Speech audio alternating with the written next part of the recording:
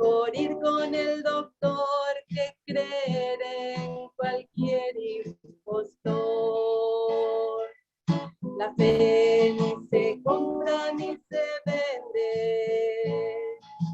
Toma lo que te den, pero no cambies tu fe.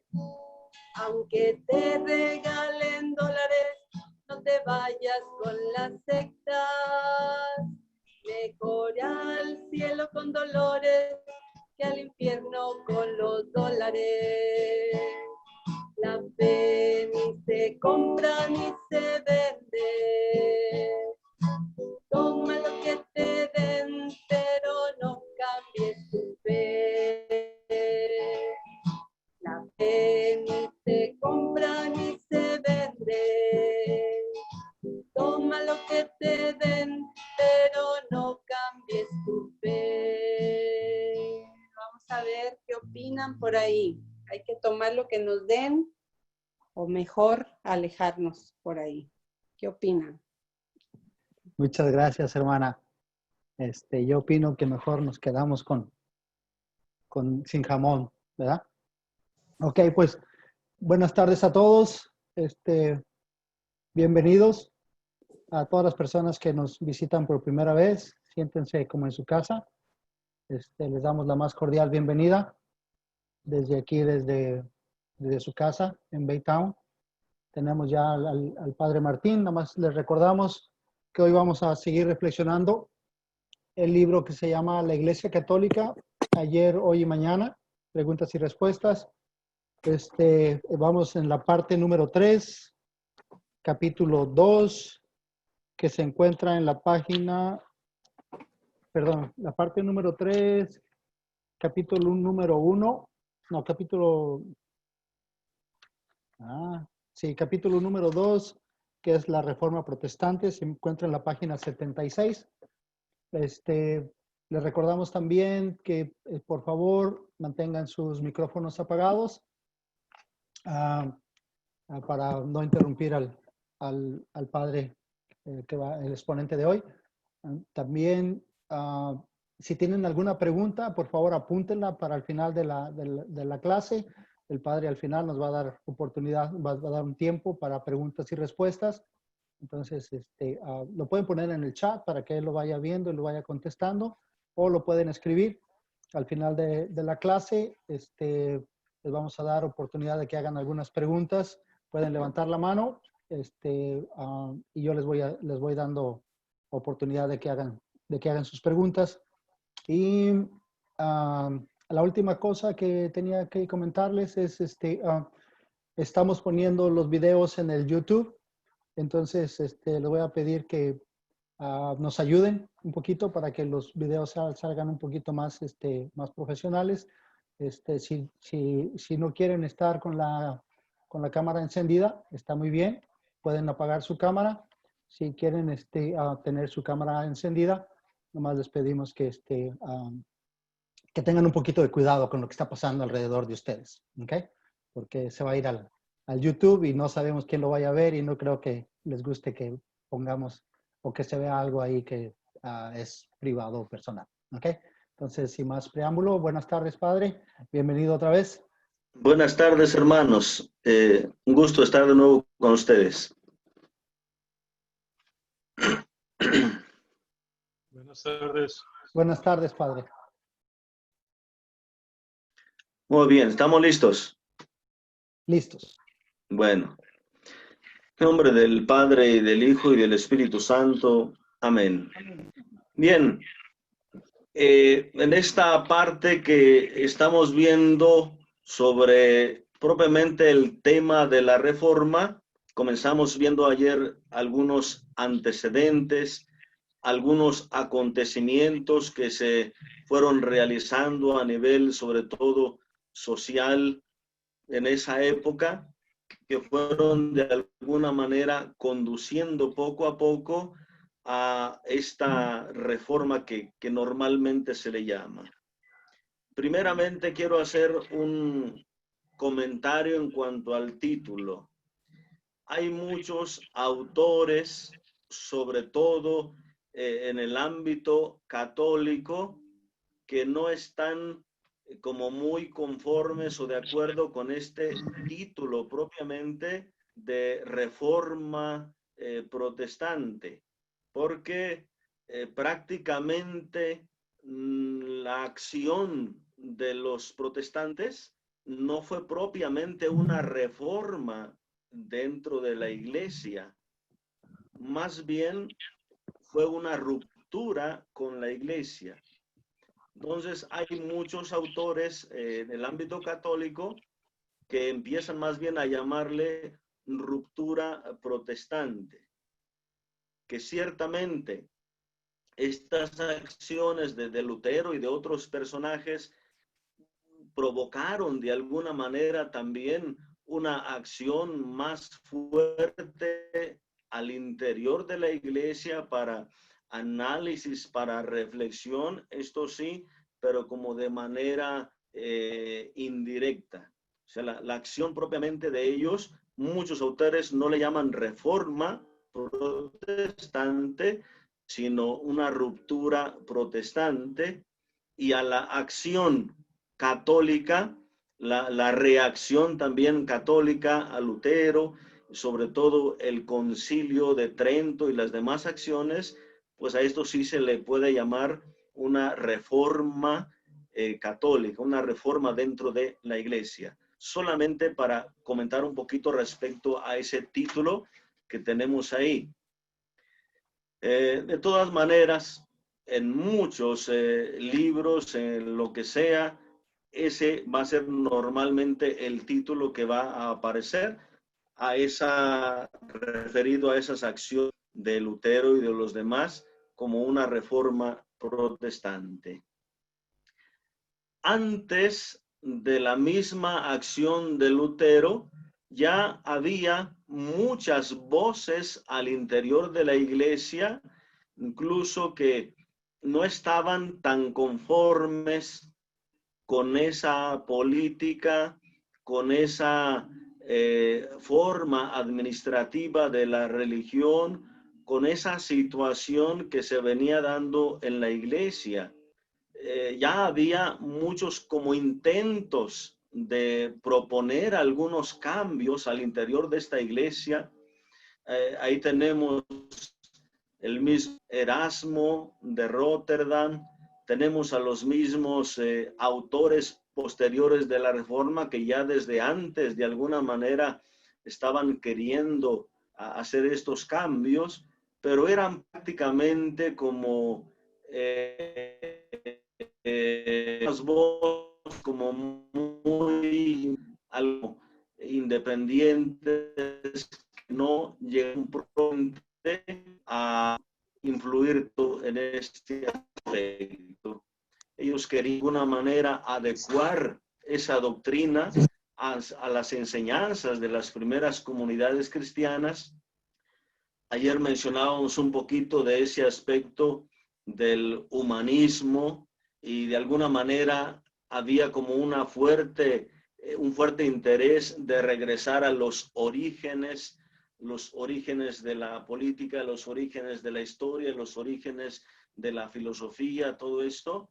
Y también muchos de ellos pues querían también volver a los orígenes de la iglesia para que marcara de alguna manera la pauta a seguir en las renovaciones que precisaba la iglesia en estos momentos.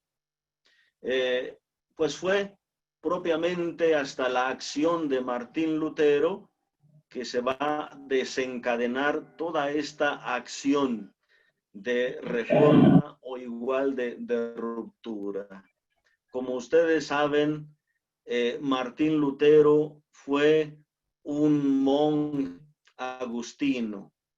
Él más o menos preparado, tenía pues estudios en la política, estudios en el derecho, también en la teología, en la escritura, y era también profesor.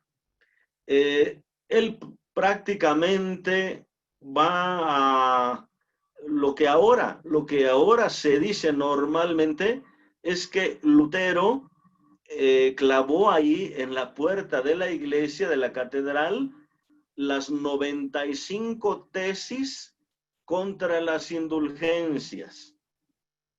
Es decir, es lo que normalmente nosotros vamos a escuchar así en la historia, como haciendo ver que la causa principal, la causa esencial de la ruptura de Lutero con la iglesia o de la inconformidad de Lutero con la iglesia era el tema de las indulgencias.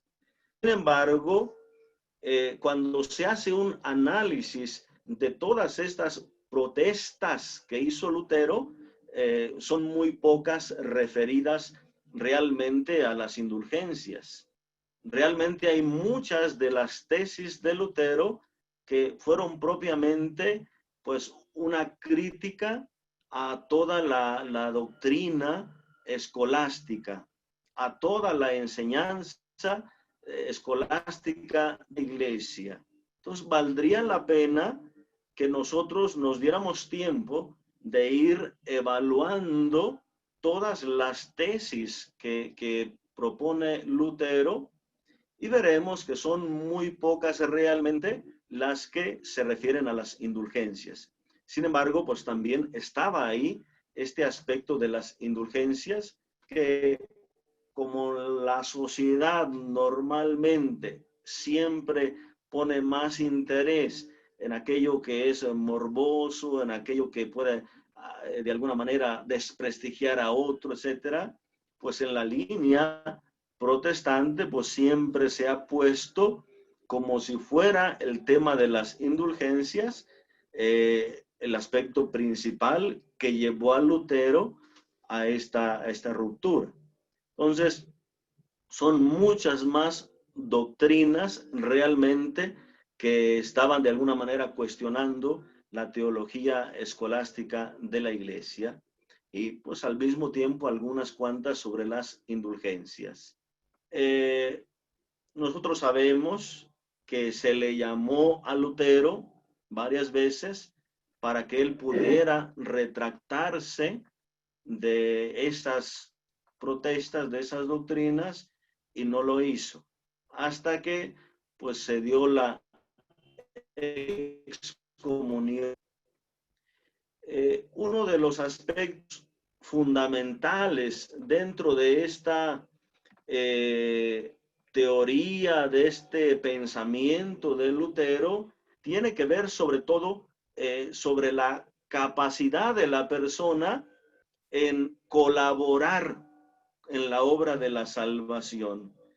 Esta era una cuestión que, si bien podría tener algún pensamiento teológico o algún pensamiento que podría ser reflexivo, pues la mayoría de autores considera también que se debió al aspecto personal del mismo Lutero, a conflictos internos que él mismo tenía con la propia conciencia. Lutero era propiamente como un hombre escrupuloso, que de alguna manera él pretendía como justificarse a través de las obras, de todo lo que él hacía, y resultaba que no lograba realmente poderse estar en paz con Dios. Cuentan pues algunos que cuando Lutero,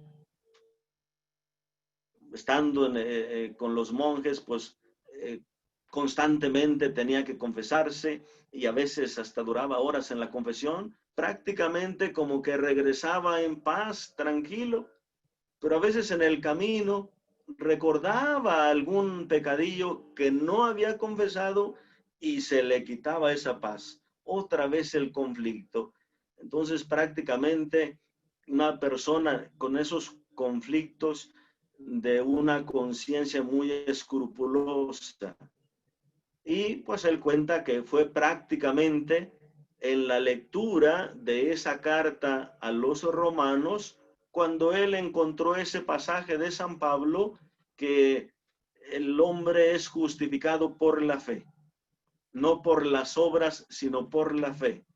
Entonces, como que esto le hizo de alguna manera a Lutero descansar y decir, bueno, pues ya para qué me esfuerzo tanto, por más que yo haga el esfuerzo, nunca voy a poder superar esa concupiscencia, es tan fuerte que no va a poder el hombre realizar ninguna obra buena. Pues era como la concepción de Lutero, que el pecado original afectó tanto a la persona que es incapaz ya de superar la concupiscencia y de superar propiamente esa fragilidad.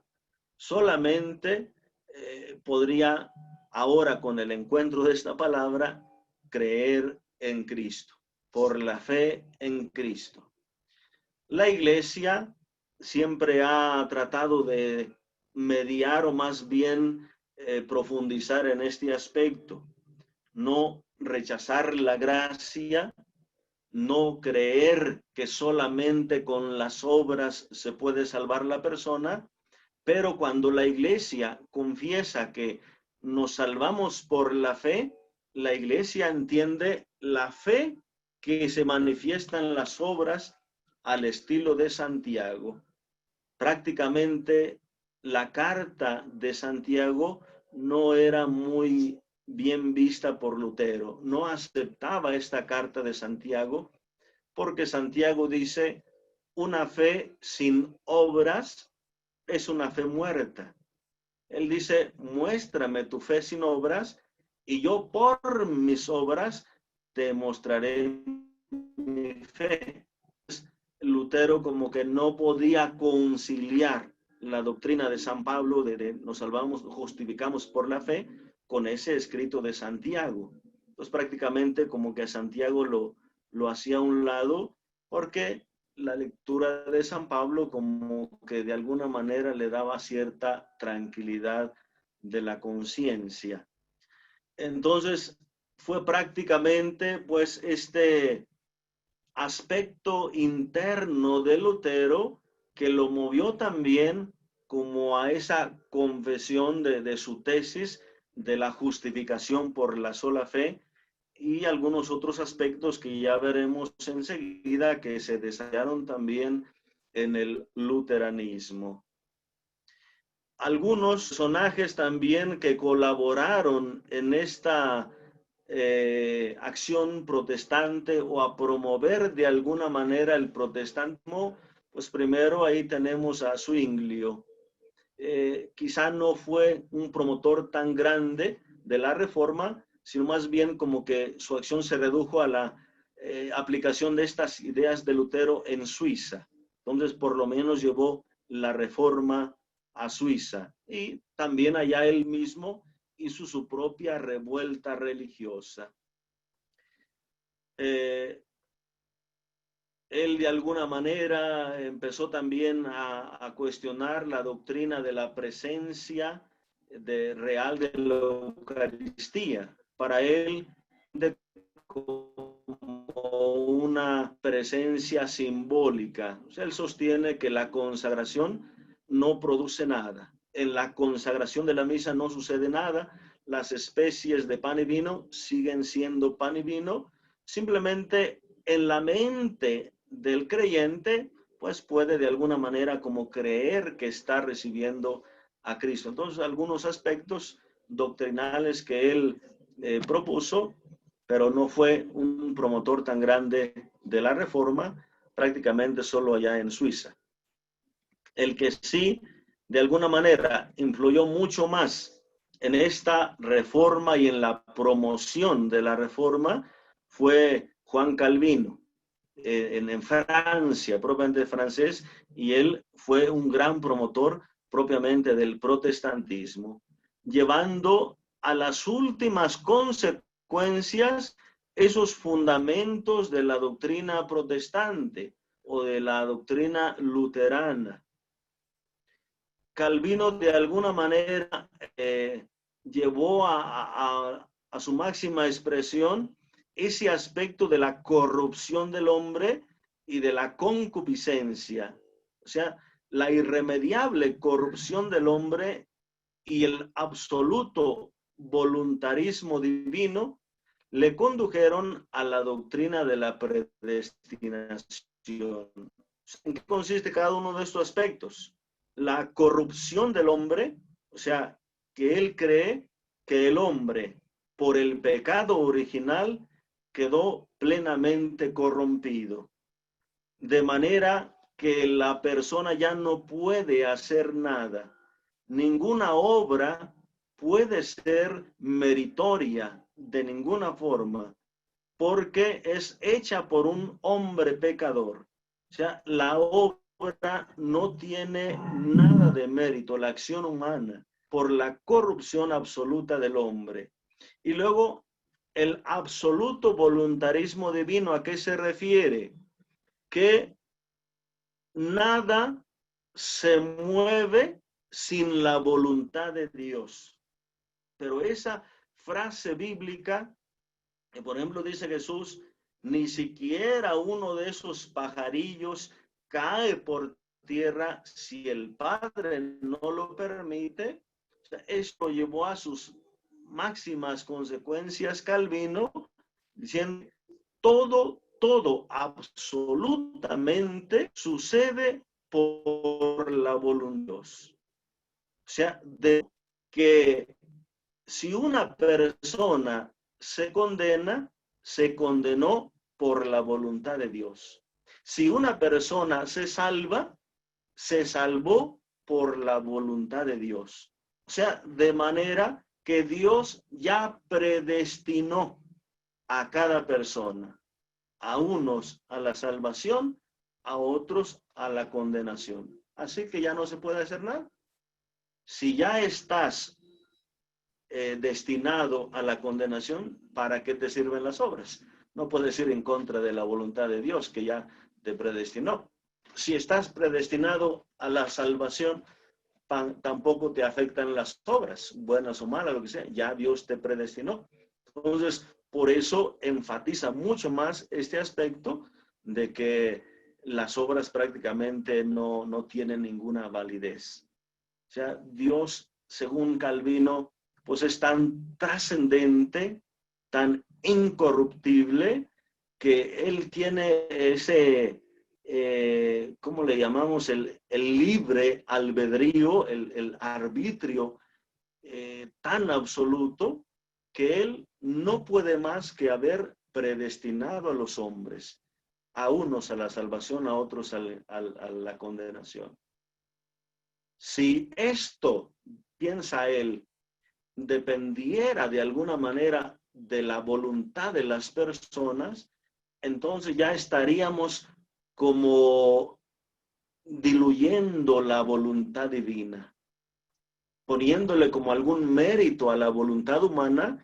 Él piensa que se le estaría quitando algún mérito a la voluntad divina. Entonces, él, al llevar estas ideas a sus máximas consecuencias, pues cayó realmente en esa doctrina de la predestinación. Para él, la verdadera iglesia, pues es la congregación de los predestinados. Y por lo tanto, la verdadera iglesia no es material, no es visible, no es institucional, es meramente interior, es invisible. Pero también hay otra iglesia visible, y esa se compone por el conjunto de los fieles bautizados y los que participan en la Eucaristía. De alguna manera acepta la Eucaristía, aunque no del todo cree en esa presencia real, más bien como momentánea, cree en una presencia momentánea solamente en ese momento de la celebración, posteriormente ya no. Pero de alguna manera él cree que los bautizados y que participan en la cena del Señor forman como una iglesia visible. Pero para poder alcanzar de alguna manera esa salvación que viene por la fe, que viene por la gracia de Dios, se exige de alguna manera una moral estricta. Ahí como que hay un poco de contra también en sus doctrinas. Por una parte, él no cree en la participación del hombre, pero sí exige como una moral estricta, como para poder recibir esa gracia. Y de alguna manera también viene ahí por parte de Calvino, pues esa doctrina del evangelio de la prosperidad. Calvino cree que Dios se compromete a bendecir esa vida que se rige a esa moral estricta con la prosperidad en los negocios temporales. Y esa prosperidad en los negocios temporales es una manera de poder descubrir el favor, la presencia divina. O sea, y de alguna manera sería como un signo de esa verdadera predestinación. Serían como de alguna manera los tres personajes fundamentales en la doctrina protestante, en la acción protestante de esta ruptura con la iglesia. Ahí tenemos un aspecto en el tema que habla sobre el luteranismo. ¿Qué es el luteranismo? ¿O qué son esas iglesias que vienen posteriormente a estos reformadores? O sea, es la puesta en práctica de las doctrinas de Lutero. O sea, la puesta en práctica de estos principios luteranos. ¿Cuáles son estos principios? Primero, la sola fe. O sea, para Lutero y los luteranos, la persona no colabora en nada por su salvación. Basta creer en Cristo. La fe sola, sin obras.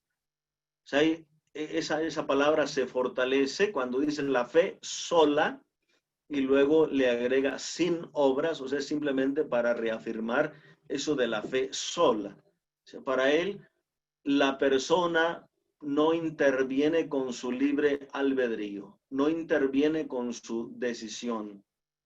Para nosotros siempre es importante reconocer que Dios, si bien es nuestro Señor, nuestro Dios, nuestro Salvador, si la salvación viene por gracia de Dios, Dios siempre va a respetar la voluntad de la persona.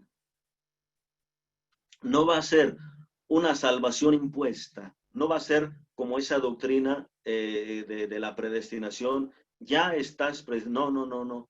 Dios te ofrece la salvación, Dios dona la salvación, es un regalo, es gracia, pero tú tienes el deber de aceptar o rechazar. O sea, tú tienes esa libertad que Dios te ha dado para no manipularte, para no cohesionar, ¿no? Es decir, para dejarte en libertad.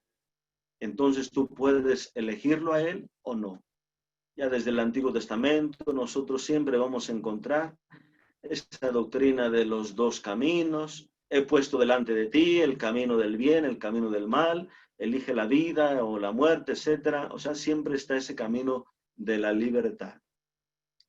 La persona, aunque no sea propiamente la salvación que se adquiere por las obras, se adquiere por la gracia, viene por Dios, pero el hombre colabora de alguna manera con su voluntad o acepta esa salvación con la voluntad.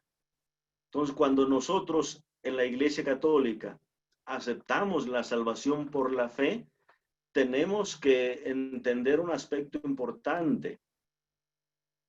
Cuando leemos en la carta a los Gálatas, capítulo 3, del 23 al 26, ahí dice San Pablo, cuando nosotros estábamos en espera de la fe, la ley fue como la sirvienta que lleva el niño al maestro. sea, nosotros estábamos en espera de la fe. Y dice, cuando esta sirvienta va en el camino, tiene potestad sobre el niño. Pero cuando el niño llega al maestro, el maestro es el que tiene potestad sobre el niño.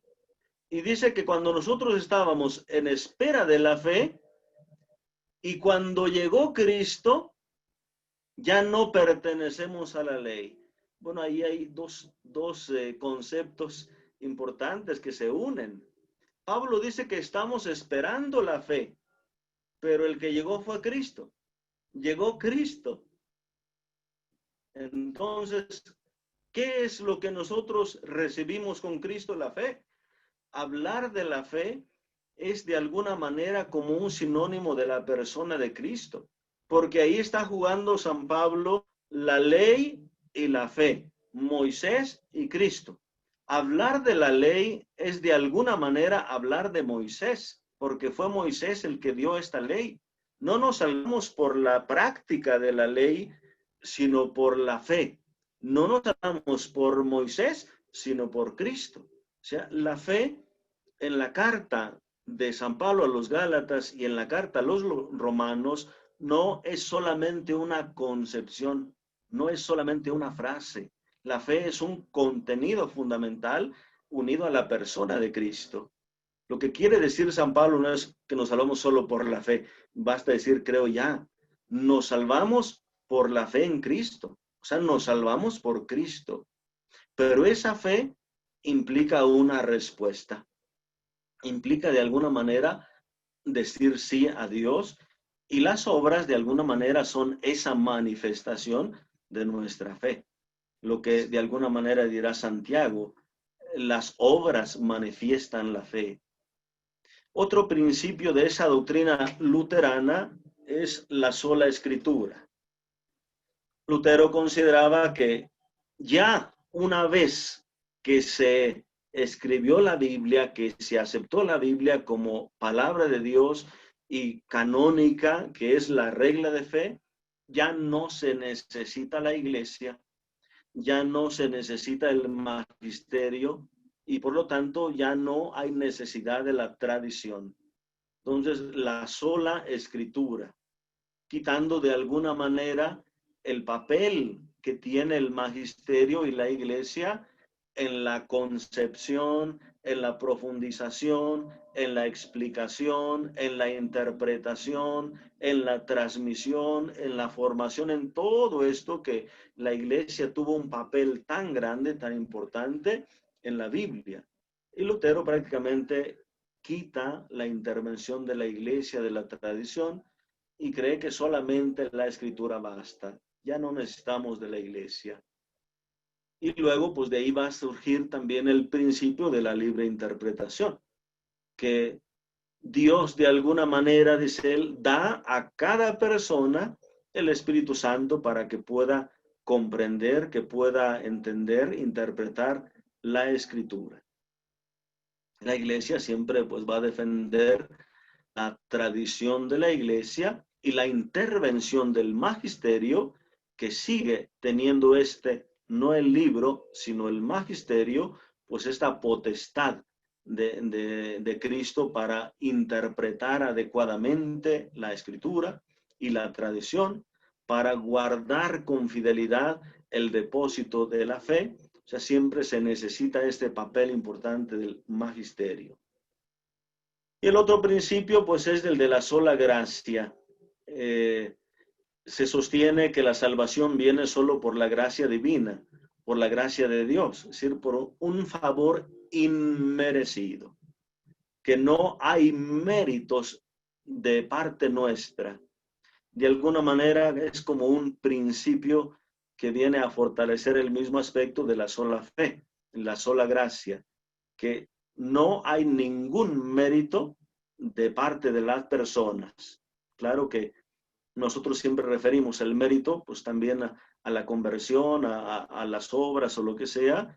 De alguna manera es un complemento del otro principio, de la sola fe.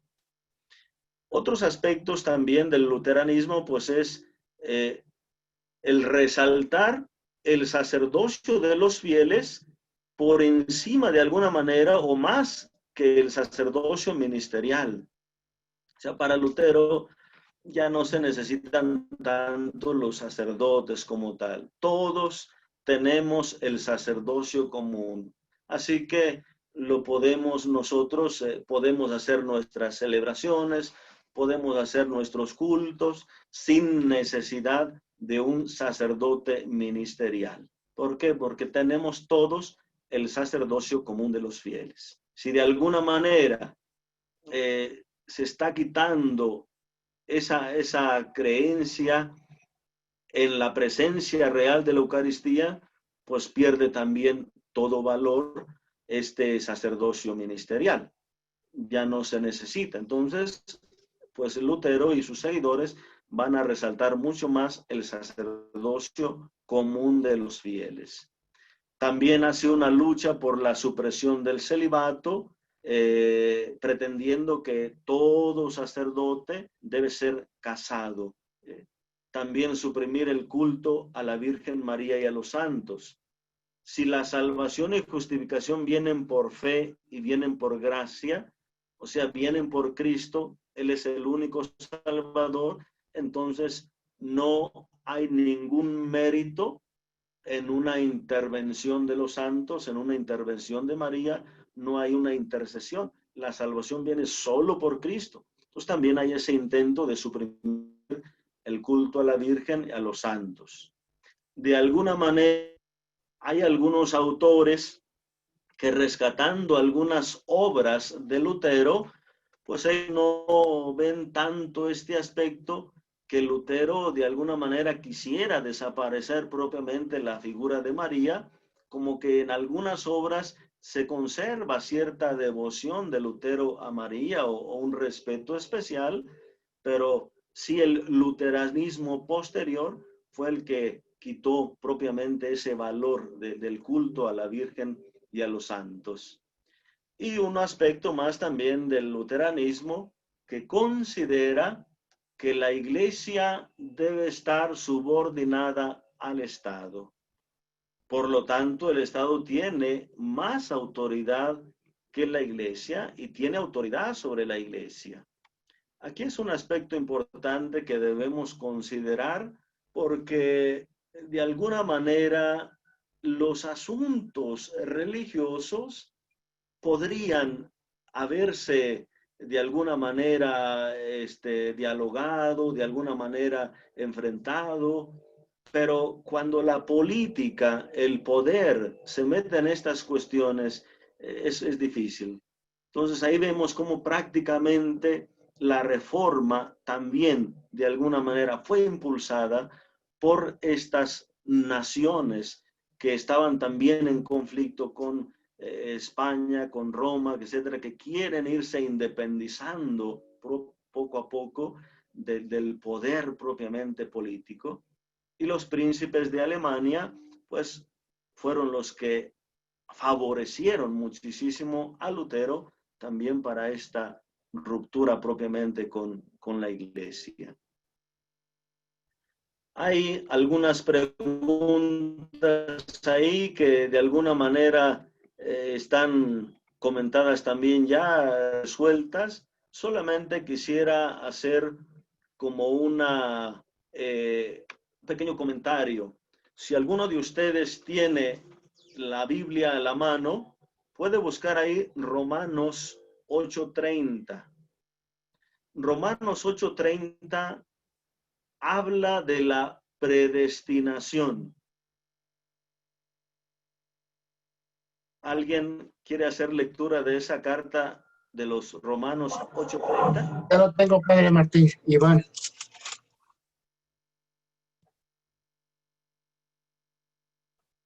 8:30 nos dice: así pues, a los que él eligió los llamó, a los que llamó los hizo justos y santos, a los que hizo justos y santos les dio la gloria. Palabra de Dios. Bien, en esa traducción no le pusieron la palabra predestinación. ¿Alguien tiene otra traducción? Lean. Y a los que predestinó, a esos también los llamó, Y a los que llamó, a estos también los justificó. A los que justificó, a estos también los glorificó. Bien, vean cómo dice ahí, a los que predestinó, también los llamó. A los que los llamó, los justificó y les dio la salvación. Es decir, ahí de alguna manera aparece esta palabra predestinación, o sea, los que predestinó. ¿Cuál sería la diferencia entre la concepción de la predestinación de Calvino y cómo la iglesia utiliza de alguna manera en estas traducciones esa palabra predestinación? ¿Cómo se debe entender esa palabra predestinación en Romanos 8:30? Les decíamos, Calvino entiende la predestinación como una absoluta voluntad y decisión de Dios de que esta persona se condene y de que esta persona se salve. O sea, eso es lo que entiende Calvino como la predestinación, la absoluta voluntad y decisión de Dios, que ya a unos los hizo para condenación y a otros para justificación, para salvación. ¿Qué se entiende por predestinación en este pasaje? Elección. De hecho, esa primera traducción que leyó ahí el hermano utiliza esa palabra de elección. A los que eligió, los llamó. Los eligió, los llamó.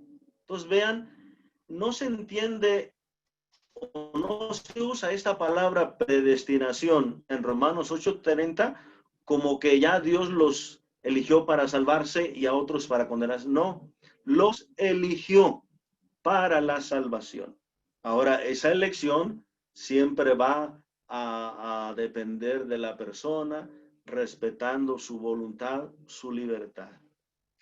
Pues hermanos, hasta aquí más o menos esta pequeña exposición. Padre, ¿Qué hay de parte de ustedes? Ajá. ahí es donde entra el fiat de María, el Claro. sí. Sí, sí, sí. O sea, a María también se habla de este aspecto, la predestinó, la llamó, o sea, la eligió.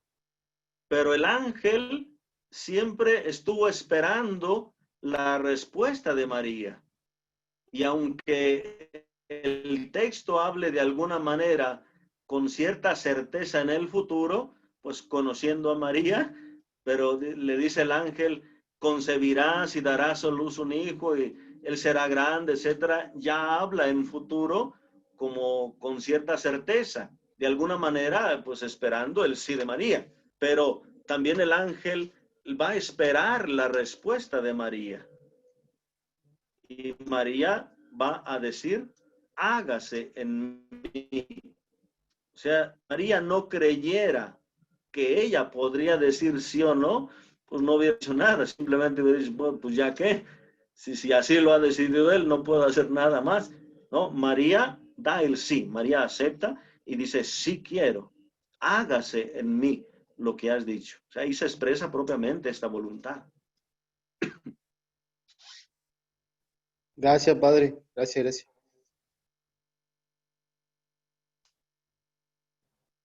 Ok, pues muchas gracias, padre. Ariel estaba levantando la mano. No sé si está todavía el hermano Ariel. Fue el primero que levantó la mano.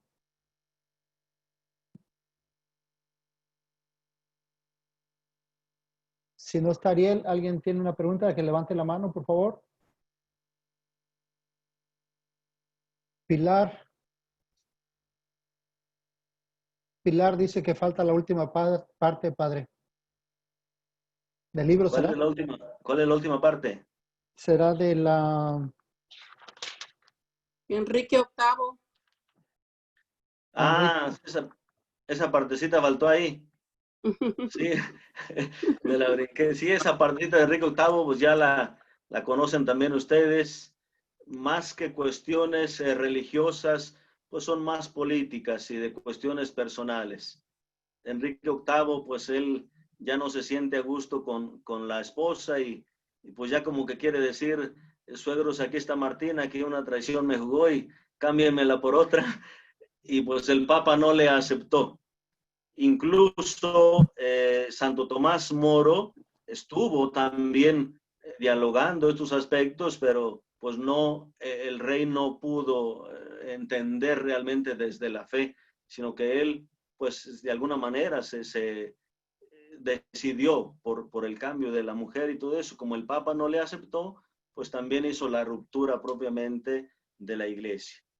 Y ahí es donde confirmamos nuevamente cómo se trata mucho más, no de cuestiones meramente religiosas, sino políticas.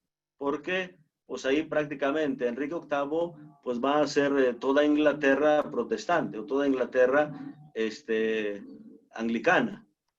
De alguna manera, pues hay algunos cuantos que se resisten, hay algunos cuantos que se mantienen fieles y van a salir pues también de ahí estos santos también como Tomás Moro y otros, pero la mayoría de personas, pues dependiendo del estado, aceptaron esta nueva iglesia de la iglesia anglicana.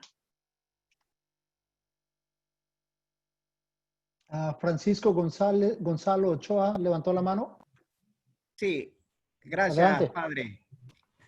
Gracias, padre. Una pregunta, ¿no? Martín Lutero murió retractándose de lo que había dicho o terminó manteniéndose fiel en lo último que él había mencionado. Y si él terminó también siendo mariano o también se retractó después de María. Gracias. Pues hay diferentes opiniones.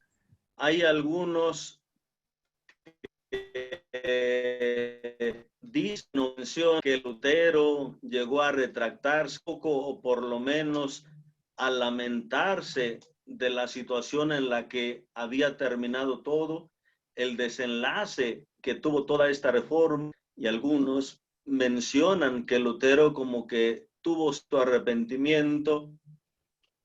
Hay otros que mencionan que Lutero prácticamente pidió a algún sacerdote para confesarse incluso, y hasta le ponen alguna frase que le atribuyen a Lutero, que pues para vivir cualquier iglesia y para morir solo la iglesia católica, pero son muchas opiniones distintas.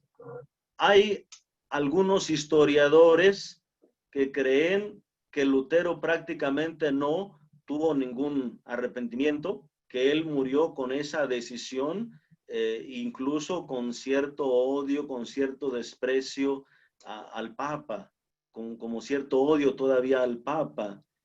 Y hay algún escrito que retomaron de uno de los amigos propiamente o más cercanos de Lutero, que él estuvo presente en los últimos momentos de Lutero, y dice prácticamente pues que él se quitó la vida, que él murió prácticamente desesperado y con cierta deformidad en el rostro, con el cuello un poquito manchado, una parte del rostro y el cuello, o sea, de alguna manera muy, muy trágica. Por eso digo que hay diferentes opiniones.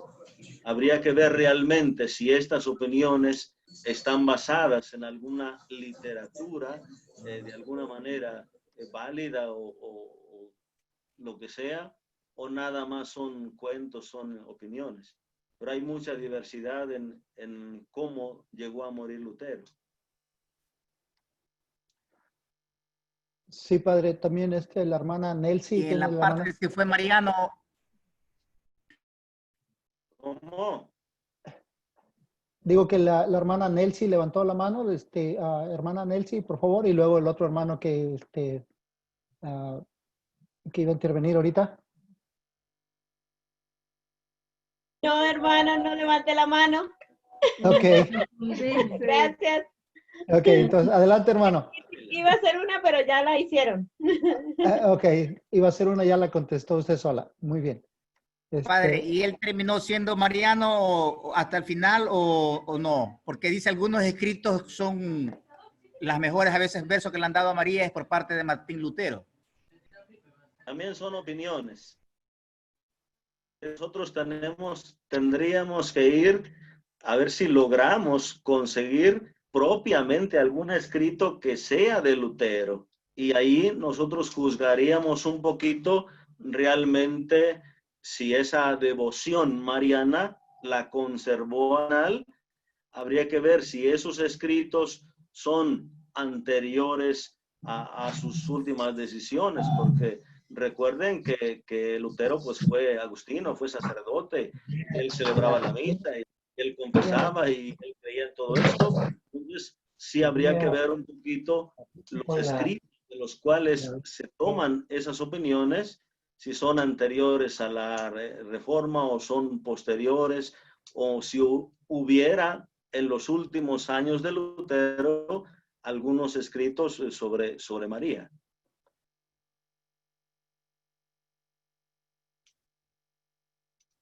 Muy bien, padre. Ahí tiene algunas preguntas en el chat. No sé si tenga tiempo para contestar algunas o le damos la palabra a alguien más si alguien más le levanta la palabra.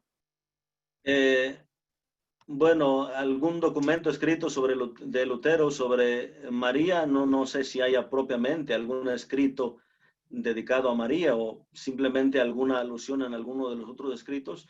Si alguien se interesa realmente por esto, pues hay que buscar propiamente algún escritos o libros de Lutero. Si tuviéramos que calificar a Lutero, ¿diríamos que es un hereje o es un hombre, un gran hombre de fe? Nosotros no calificamos a las personas, ni mucho menos por los extremos como se está presentando ahí. O sea, si nosotros juzgamos algunas de las doctrinas expresadas por Lutero, pues son heréticas.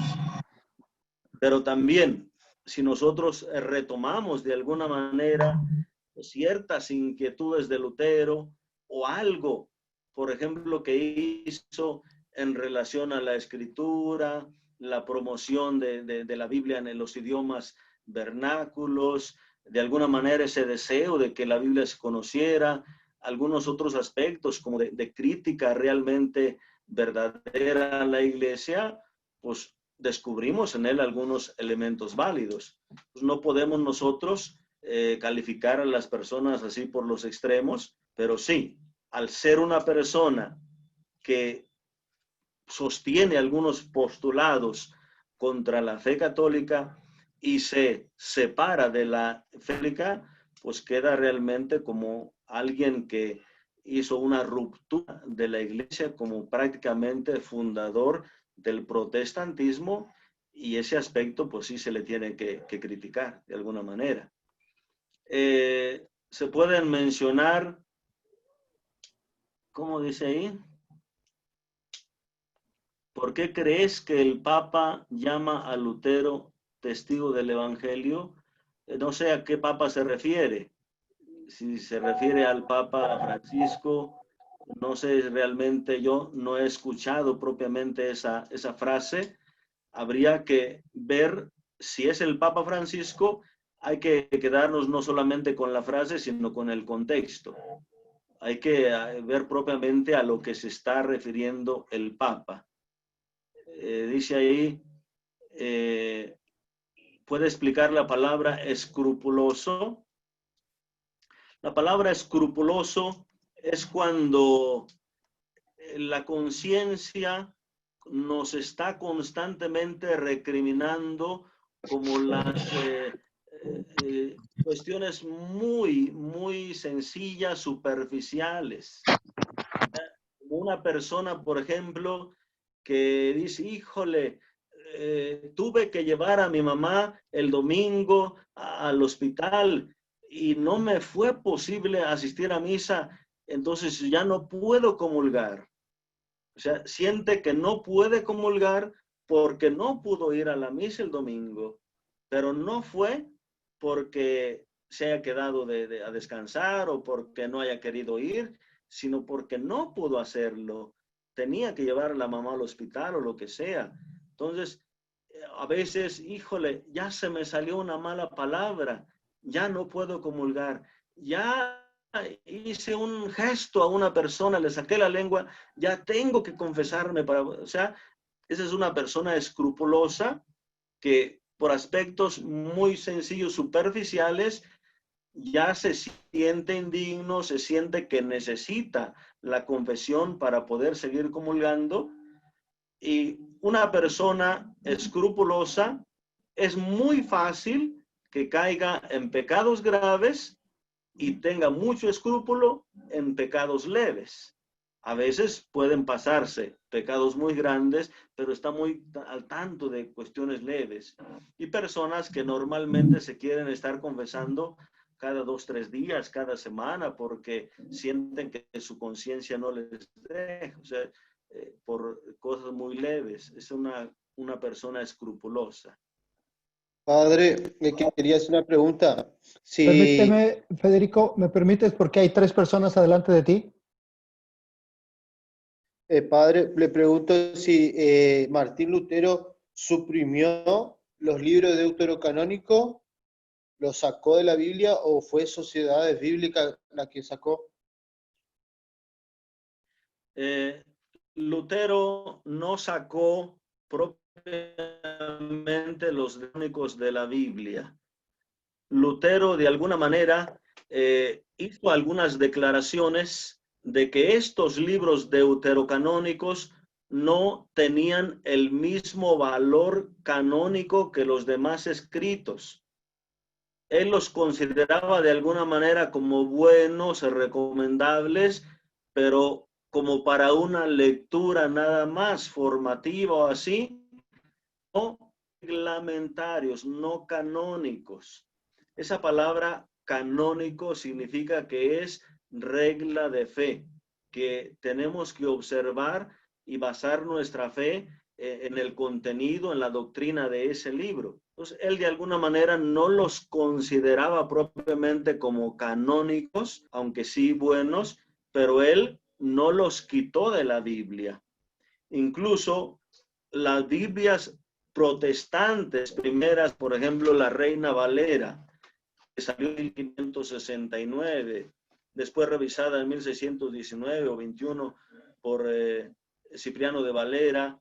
Esa Biblia duró más de 300 años conservando los libros deuterocanónicos, si bien al final de la Biblia, del Antiguo Testamento, y ya hasta después de unos 300 años de Lutero o de estos aspectos, fue cuando ya estas iglesias protestantes pues quitaron definitivamente los libros de la Biblia.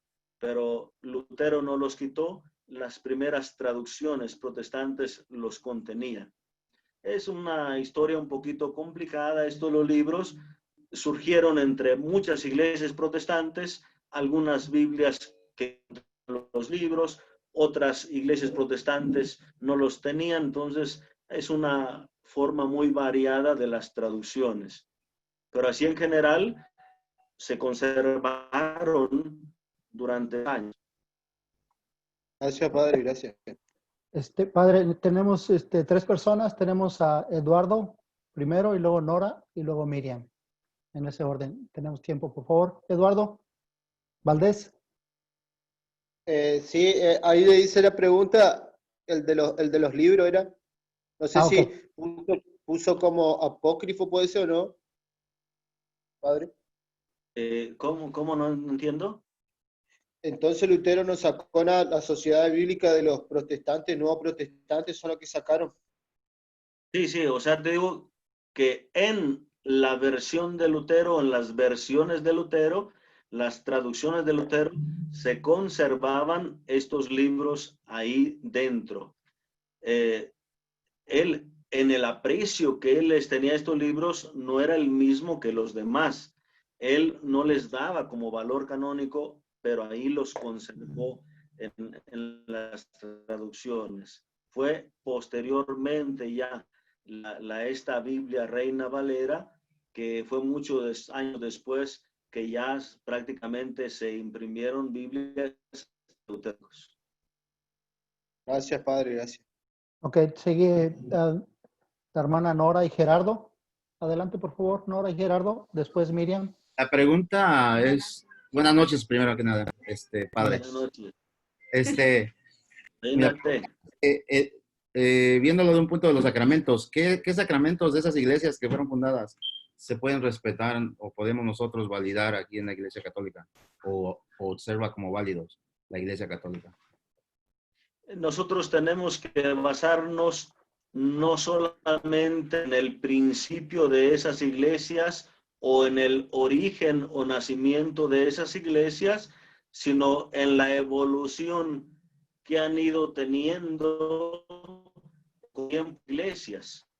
Porque hubo muchas iglesias que en el principio conservaron como cierta apostolicidad, o sea, algunos obispos, sacerdotes que realmente eran ordenados válidamente en esos principios, por lo tanto, los sacramentos podrían haber sido válidos. A veces con el correr del tiempo se van separando más y separando más hasta que llegue algún momento en que algún papa declara que esa iglesia ha perdido propiamente la apostolicidad.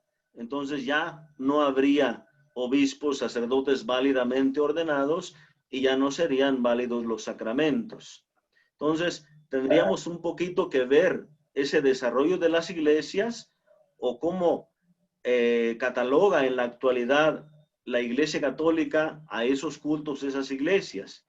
Cuando se trata, por ejemplo, de sacramentos, que de alguna manera el ministro no es necesariamente el presbítero o el obispo, hay mucha más posibilidad. Por ejemplo, el bautismo. El bautismo, en casos de necesidad, lo puede administrar un laico. Basta con que se conserve la forma y las palabras y los elementos esenciales que tiene la iglesia para el sacramento. Entonces la iglesia estudia también esto. Si en alguna iglesia protestante se ha bautizado en el nombre del Padre y del Hijo y del Espíritu Santo, y de alguna manera hay esa intención de que este niño reciba la gracia de Dios, la iglesia llega a aceptar esos bautismos como válidos, simplemente completa los ritos propiamente dentro de la iglesia y los escribe en los libros. Entonces, hay sacramentos donde el ministro no es propiamente el sacerdote. También, por ejemplo, el sacramento del matrimonio. Los ministros son los esposos. El sacerdote es solamente un testigo de ese matrimonio. Entonces la iglesia tiene que ver, si alguien se casó por otra iglesia, entonces basta con que en la Iglesia Católica reafirme esos votos y ya puede aceptarse ese matrimonio. Entonces habría que ir estudiando cada iglesia, cada caso de sacramento. Ok. Entonces, muchas gracias, padre.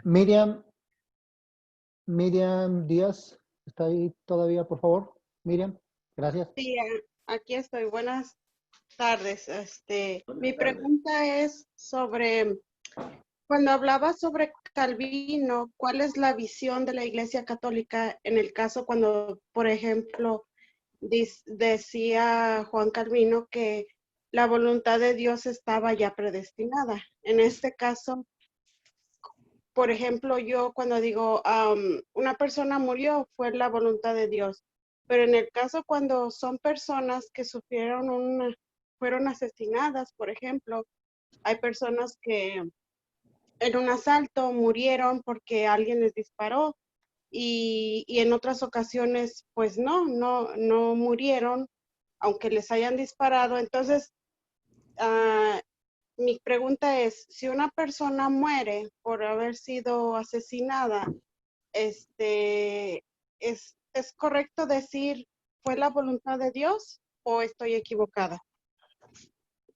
Hay que tener mucho cuidado cuando nosotros usamos esa frase. porque si nosotros decimos fue la voluntad de Dios, de alguna manera podemos caer en el error de pensar que Dios quiso esto, que Dios quiso que esta persona muriera, que Dios quiso que me asaltaran, que Dios quiso que muriera este familiar a balazos o lo que fuera.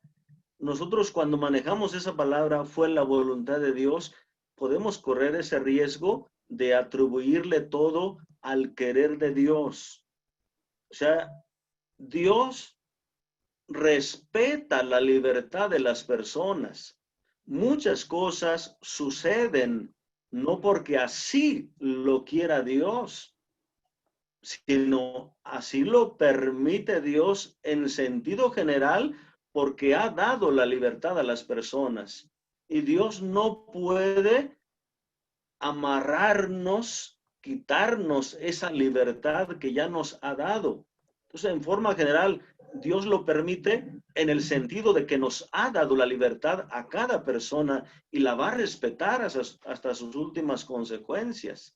Lo que nosotros tenemos que aprender y ayudar a la gente a comprender que si bien esto no lo quiso Dios, ya que sucedió esto por fragilidad humana, por el mal uso de la libertad de otra persona, porque iba alcoholizada, porque tantas cosas, Dios no deja de manifestarse en ese acontecimiento. No es que Dios lo haya querido, pero ya que sucedió, Dios se hace presente para ayudarnos a interpretar a la luz de la fe, para ayudarnos a tener fuerza, para ayudarnos a levantar, para aprender a perdonar, para aprender a valorar este acontecimiento a la luz de la fe, de tantas cosas.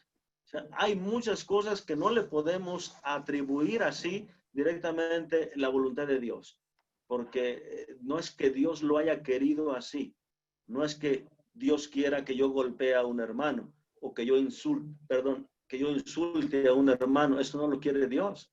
La voluntad de Dios es la salvación, es la paz, es el bienestar. Eso es lo que Él quiere. Pero respeta la libertad de las personas. Entonces, en ese sentido, decimos Dios lo permite. O sea, lo permite no en el sentido que Él lo quiera así, sino lo permite en el sentido de que nos dio la libertad y nosotros la usamos a veces para bien, a veces para mal. Pero Dios nunca deja de intervenir cuando ya nosotros hemos cometido un error. Es como el dicho ese, Dios escribe derecho en renglones torcidos. Es decir, nosotros por nuestra voluntad y libertad cometimos un error. Ahora Dios desde ahí va a empezar a escribir derecho, es decir, enderezarnos. Dios no quería que Adán desobedeciera, pero le había dado la libertad. Ahora, una vez que Adán desobedeció, Dios no lo abandonó. Dios intervino, Dios salió a buscar, Dios salió a redimir. Entonces, hay que tener un poquito de cuidado cuando utilizamos esa palabra, es la voluntad de Dios, es la voluntad de Dios. Hay que usarlo con mucho cuidado. Muchas gracias, Padre. Tenemos también al hermano Pedro Ulloa. Yo no lo veo en la pantalla, pero me avisaron que está levantando la mano. Por favor, hermano Pedro.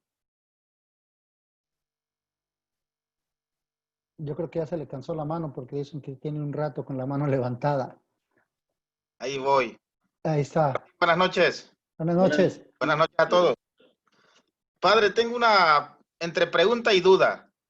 En una ocasión escuché unos hermanos que estaban compartiendo el tema y se hablaba del tema de la iglesia. Y decían que a Martín Lutero lo ayudó económicamente Carlos V cuando se separó de la iglesia.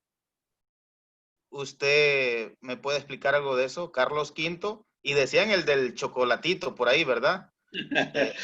Ajá. No, vuelvo otra vez al aspecto ese de que no hay que confiarnos simplemente en cualquier opinión que escuchamos.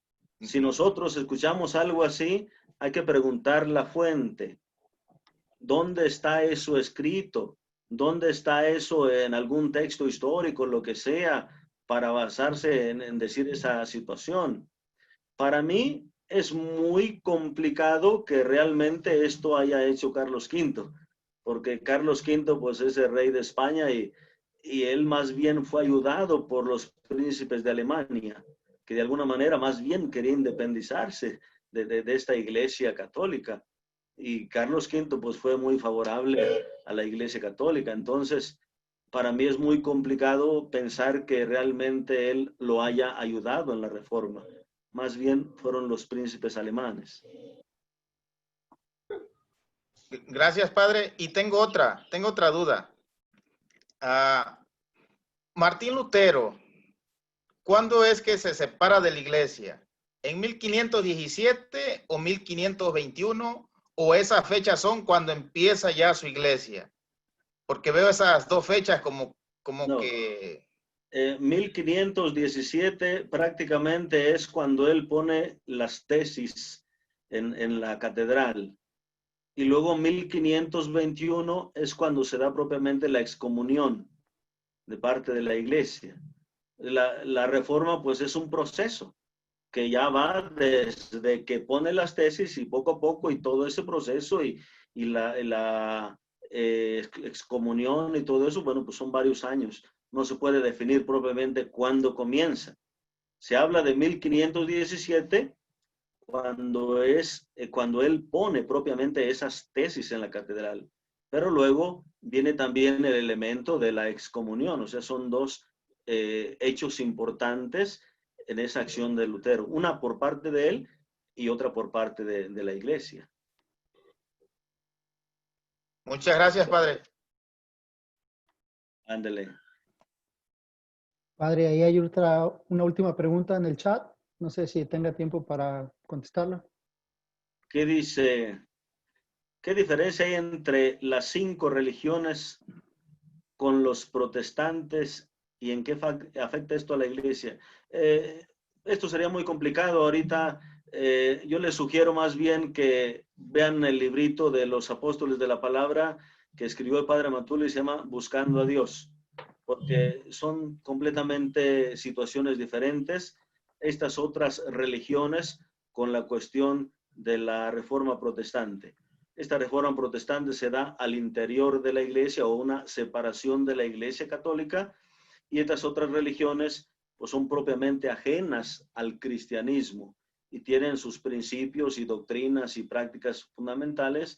Y les recomiendo ahí este librito que se llama Buscando a Dios. ¿En dónde podríamos encontrar fuentes confiables cuando se habla de Martín Lutero? Pues yo creo que necesitaríamos ir a las universidades o ver la posibilidad de que en el internet hubiera realmente algunas páginas que contuvieran realmente textos propiamente de él. Es cuestión de hacer alguna búsqueda.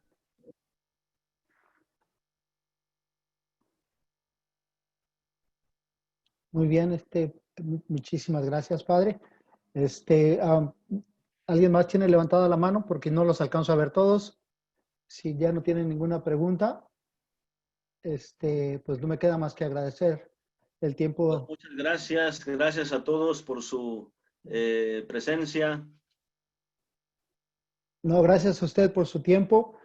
Sabemos que está muy ocupado y agradecemos bastante el tiempo que está tomando para compartir estos temas tan importantes con nosotros. Hermana Agustina, no sé si tenga una oración final y una alabanza antes de que el Padre nos dé la bendición. Está bien, hermano, una oración final, está bien. En el nombre del Padre, y del Hijo, y del Espíritu Santo. Amén. Amén. Te damos gracias, Señor, por este momento que nos has concedido. Gracias por cada uno de mis hermanos aquí presentes y los que están ausentes también. Gracias por todo lo que nos has concedido en este día. Por todo esto te damos gracias, Señor. Te damos gracias. Bajo tu amparo nos acogemos, Santa Madre de Dios. No desprecies las súplicas que te dijimos en nuestras necesidades. Antes bien, líbranos de todos los peligros, oh Virgen gloriosa y bendita. Ruega por nosotros, Santa y Madre de Dios, para que seamos dignos y merecedores de alcanzar las divinas gracias y promesas de nuestro Señor Jesucristo. Amén. En el nombre del Padre, del Hijo y del Espíritu Santo. Amén. Amén. Hermana Marta, ¿tiene la alabanza? Sí, canto número 18 en la página 8. Mi orgullo es ser católico, pertenecer a la iglesia que Cristo fundó. Mi orgullo es ser católico, pertenecer a la iglesia que Cristo fundó.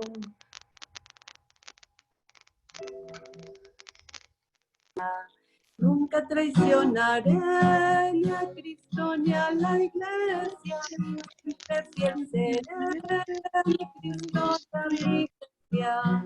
Mi orgullo es ser católico, pertenecer a la iglesia que Cristo fundó. Soy cristiano y soy católico, nada de que creo en Cristo y soy salvo. Para salvarme tengo que creer en Cristo y en su iglesia.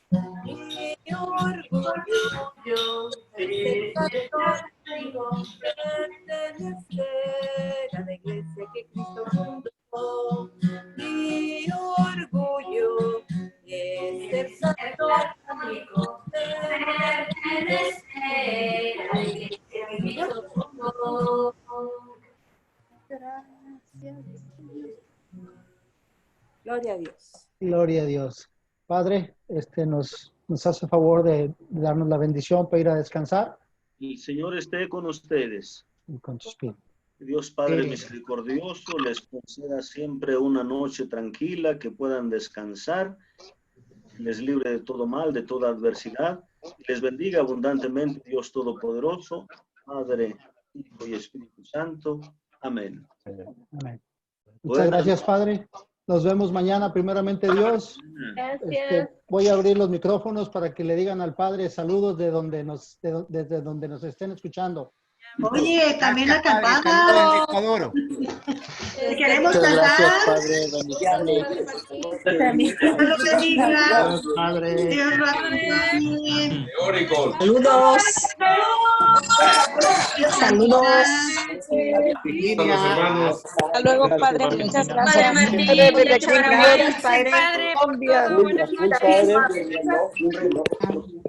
Saludos. Gracias, Padre. Gracias, Padre. Feliz noche. Bendiciones, hermanos, a todos. Bendiciones, Padre, de Beckham, Texas. Desde la Market, Texas City, Galveston.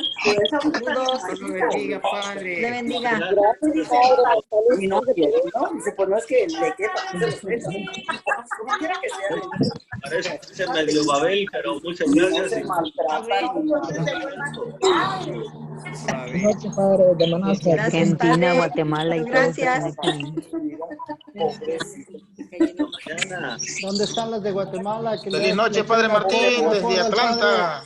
Buenas noches, Pedro. Feliz noche, Padre de Guatemala. Buenas noches. Bueno, Gracias, buenas noches. Gracias, buenas noches. Bendiciones. Dios les bendiga. La mamá postiza, muy bien, ¿eh? Ay, Padre Juan, ¿dónde andas escondido? A mí me duele así. Nada más estás escondido, Invita a ¿verdad? la Marque, a Padre Martín, dile que Ya no nos vaya, quiere. que regrese. Ya no nos quiere. Buenas, ¿cómo están? Ya no nos quiere por Aloha. acá. Saludos a todos, saludos. Saludos a las hermanas. Oye, Padre Martín, saludos Oye. de parte de Pola. Muy bien. Oye. Ese Soto, muy bien. Cuente historia de la famosa frase guato, por favor. Ya se lo mostré el otro día. Hola, hola. Oh, las santas hermanitas. Hello, hello. Hello. No tienen gas, pero Espérate un momento, subo el volumen a esto. hermano Jorge, Carolina. No veo a Mateo. ¿dónde? En la Kroger. Carolina, ¿me oye? Hermano Jorge, están nomás que pues, le quería decir Marta. que alguien comentaba que no es Saludos, Pino. Carolina, hola, hola. Un gramo, no, un salto de mucho. Ah, Oye, para 28. conectarme. Oye, mucho ruido allá. Esta ganga es muy ruidosa, Padre Martín. Hermano Jorge, Salazar. Sabe a la agua que hacen ahí. Buenas noches. Sabe nomás agua de esa Yo oigo, ventada. pero oigo mucha voz, mucha Tiene- gente. El Gatorade tiene menos dulce, pero Hola, Padre Martín. contiene. Porque tiene electrolitos, chamo. Por eso sabe así. Aló. Una ganga Hola, muy aló. Ya ve escandalosa. cuánto lo quiere, mi Le padre Martín. concentran el sabor. Así es de que muchísimas gracias. Bueno, Dios les bendiga. Buenas Buenas noches a noches. todos. Último, apaga la luz. El último Hasta el paga la lunes. luz, ya saben. Yo ya me voy a dormir. Bye. Bye. Mateo, Padre Martín. Padre, Potasio, calcio, magnesio. Aún si te repone Silvino. gusto de verlo. Saludos. ¿Dónde está Mateo? Por ahí anda Mateito. Hermanitas. Puras santas Pues hermanitas. esos vienen a ser sueros, nomás que Les veo las aureolas ahí. le ponen. Muy rebajados. Bueno, Muy- pues Le ponen azúcar. pasen buenas Muy noches. bien, saludos. Alguien tiene que ir a trabajar mañana, así es de que ahí los dejo. Okay, primeramente Dios, nos vemos mañana. Hermana Tengan una Marina, bendecida noche. buenas noches. Saludos, Silvino, cuídense. Gusto en verlos también. Gusto en Saludos, saludarlos. Padre Dale. Juan. Saludos, hermana. Sale, Padre Martín, cuídese. Chao, chao, chao. Padre Juan, gracias por acompañarnos. Bendiciones. Aunque sea un ratito, sí, pero ahí estuvimos. Qué bueno, qué bueno. Qué bueno que no nos abandone. No, no, no, Gracias. aquí andamos. Okay. Sí, las santas hermanas, muy bien. Cuídense. Adiós. Nada más las veo y se ilumina mi cuarto acá. Esos rayos de luz ahí que sale de la cabeza ahí. Entonces se ve muy claro. Entonces, padre, no son cabellos blancos, es pura iluminación. Ok, se me cuidan. Dios les bendiga. Okay, buenas noches. Bendiciones Buenas noches a todos. 5, Bye. Gracias, hermano 4, Jorge Salazar. 3, 2, 1. El último apaga la luz. Pero- Bendiciones.